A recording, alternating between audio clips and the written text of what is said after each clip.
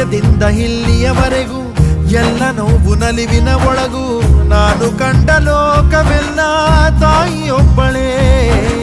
ನನಗೂ ಒಬ್ಬ ತಂದೆ ಇರುವ, ಕಾಣಲಿಕ್ಕೆ ಬಂದೇ ಬರುವ ಎಂಬ ಕಥೆಯ ಒಪ್ಪಲಿ ಹೇಗೆ ಬಂದ ಕೂಡಲೇ.